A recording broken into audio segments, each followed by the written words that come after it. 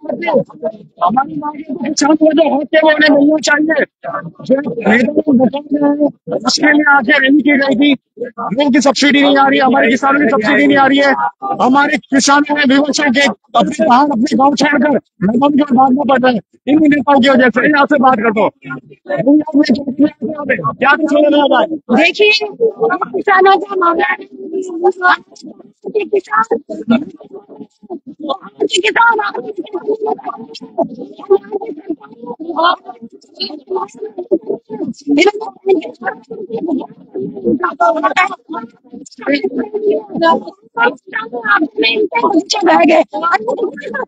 गरीबों ने नीचे हमें गांधी पार्क से भी नहीं आने दिया जा, तो हम इसका अभी हम प्रेस ग्राउंड जाएंगे।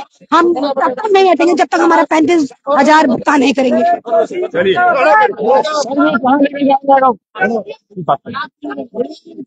तो देख सकते हैं गणेश जोशी मुर्दाबाद के नारे लग रहे हैं।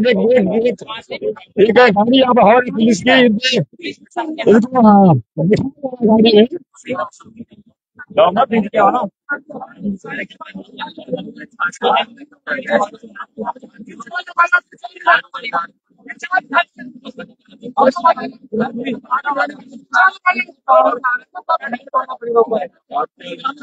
ये वाला खोलो, पीछे वाला खोलो, पीछे वाला। चलिए कुछ लोग वो यहाँ जो है नहीं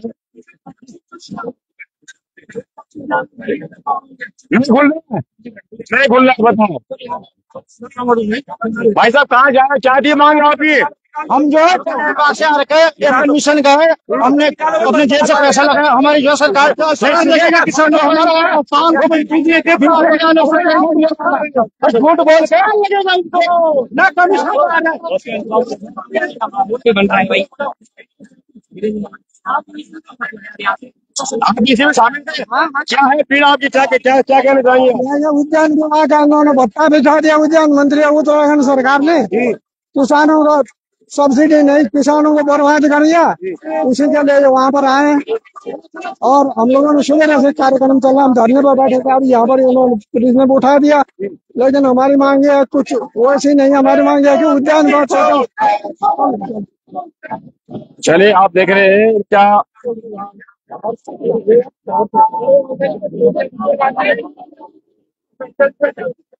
यहाँ पर कुछ किसानों का कहना है कि हमें सब्सिडी तो नहीं दी, लेकिन हमारी ऐसी कम तैसी कर दी। जैसे ही हम लोग यहाँ आते हैं और हमको वो यहाँ से उठा दिया जाता है और पुलिस ने उत्तराखंड के मूल निवासियों को प्रताड़ित किया जा रहा है। मैं पूछना चाहता हूँ आपके माध्यम से, ये किसान कौन है?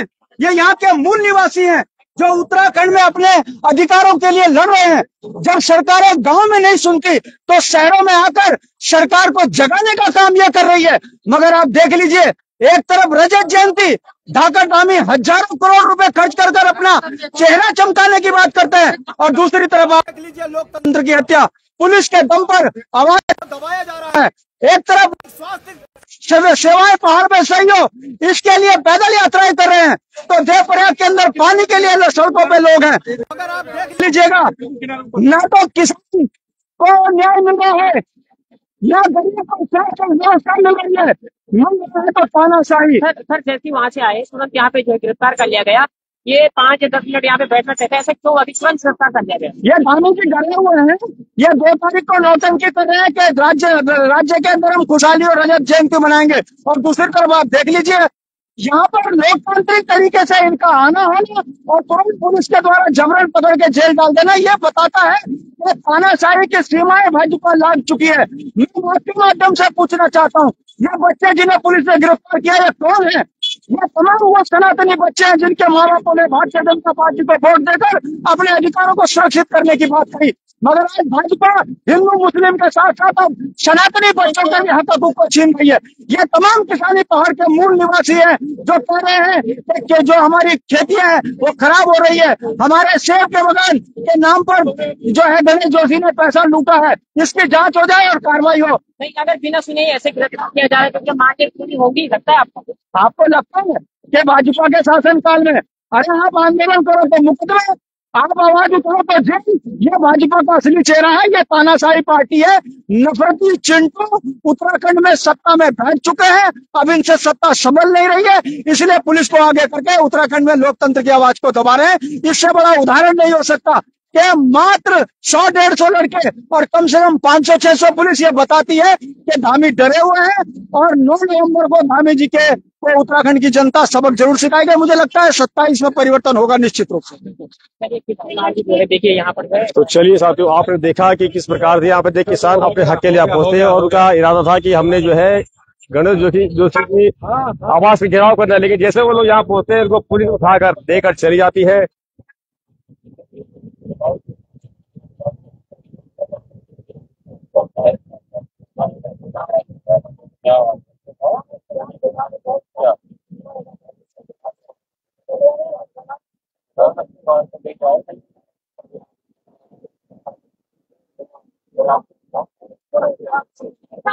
सर, आप भी बहुत लंबे समय से पत्रकारिता कर रहे हैं और हम भी आपसे बहुत कुछ सीखते हैं, लेकिन अभी आप भी यहाँ पहुंचते हैं, आपने क्या कुछ देखा, क्या मांग है किसानों की?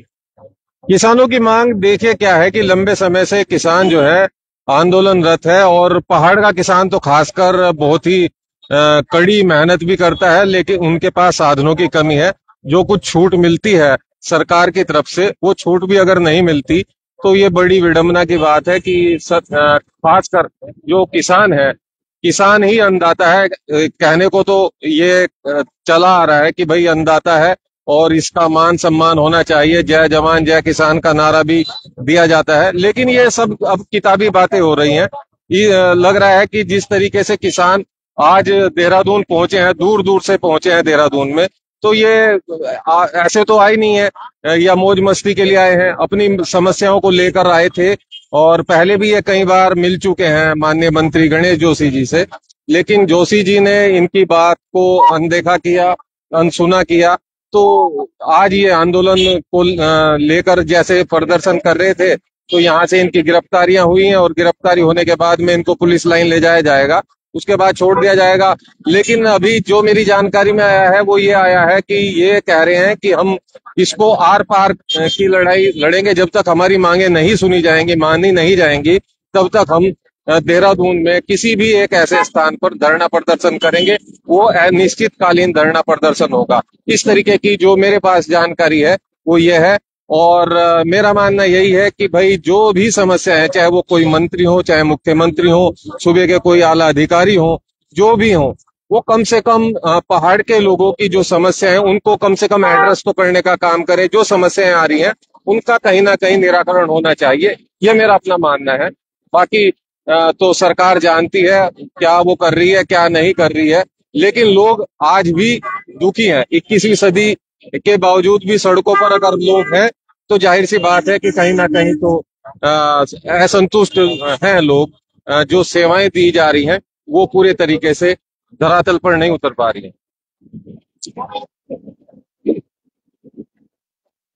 तो साथियों, आपने देखा कि उत्तराखंड से जो है समूचे प्रदेश से अलग अलग जगह से लोग यहाँ पहुंचे थे और उनका इरादा था कि आज हमने जो है मंत्री गणेश जोशी के घर का घेराव करना है और वहां पर जाके अपनी समस्याएं रखनी थी। लेकिन जैसे वो लोग यहाँ पहुंचते हैं उनको तुरंत उठा दिया जाता है, पुलिस गाड़ी में भर के उनको जो है पुलिस लाइन लेकर जाया जाता है। बड़ा सवाल ये है कि जब चुनाव होते हैं उस वक्त नेता घर में जाते हैं और आंगन में जाते हैं, कहते हैं हम कोदे की रोटी खाएंगे, मंडुआ की रोटी, मंडुआ जगोरा खाएंगे, न जाने क्या क्या बड़ी बड़ी बातें होती है। लेकिन जब हमारे हकों की बात आती है उस वक्त सारे के सारे जो है सो जाते हैं। बड़ा दुखद है कि आज इनको मिलने का समय नहीं दिया गया।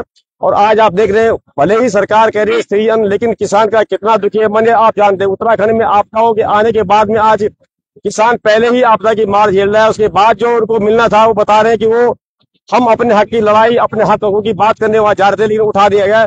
चले, आपका इस खबर को लेकर क्या कहना है? बने रहे, देखते रहे पुनः गांव की ओर।